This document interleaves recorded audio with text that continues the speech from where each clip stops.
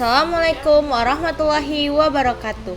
Halo teman-teman semuanya, perkenalkan nama saya Irham Nasya Alkecia Putri dengan NIM C0E025001 dengan dosen pengampu Bapak Dr. Wirmi Eka Putra SEMSI dan Ibu Dahlia SEMSI. Di video kali ini saya akan menjelaskan materi tentang materi dasar perhitungan pajak, depresiasi, dan amortisasi. Nah, untuk mengetahuinya, yuk kita simak video ini.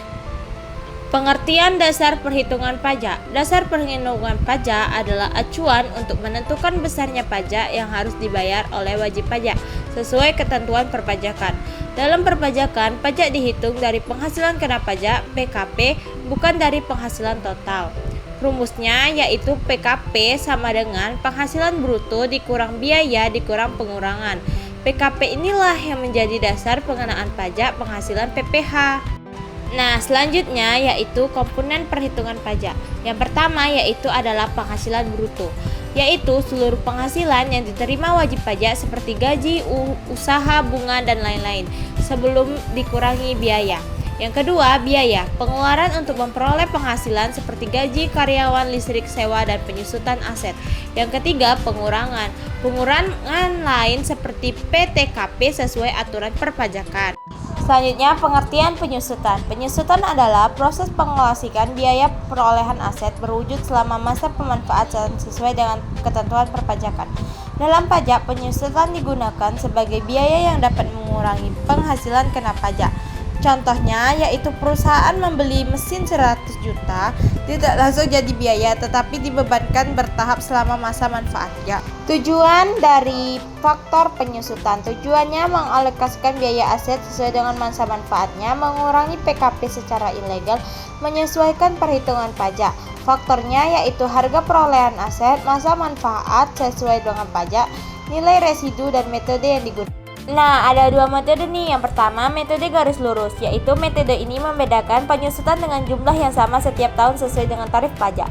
Rumusnya yaitu penyusutan sama dengan harga perolehan dikali tarif. Contohnya dalam hukum fiskal ya, mesin 100 juta kelompok 1 tarif 25%. Penyusutan sama dengan 100 juta dikali 25% sama dengan 25 juta per tahun. Metode saldo menurun, yaitu metode ini membedakan penyusutan lebih besar di awal dan semakin kecil di tahun berikutnya.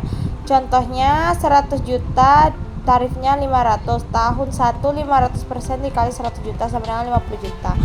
Tahun kedua 500% dikali 50 juta sama dengan 20 juta.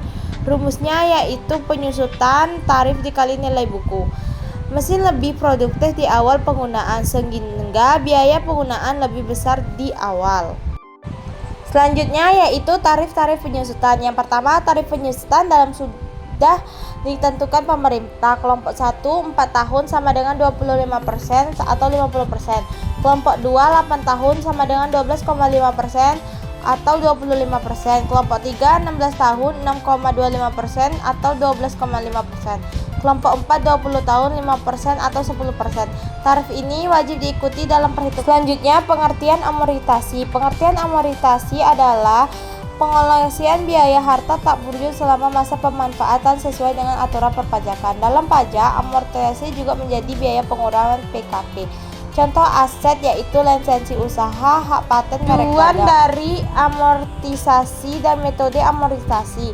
Tujuannya yaitu mengalokasikan biaya aset tak berwujud, mengurangi penghasilan kena pajak, menyesuaikan dengan masa manfaat.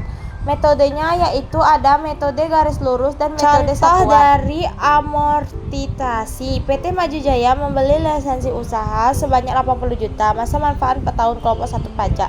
Tarifnya 25%. Perhitungannya, amortisasi sama dengan 80 juta dikali 25% sama dengan 210 juta per tahun.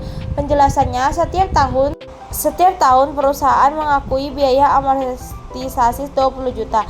Jika penghasilan perusahaan 200 juta, PKP 200 juta dikurang 20 juta sama dengan 180 juta.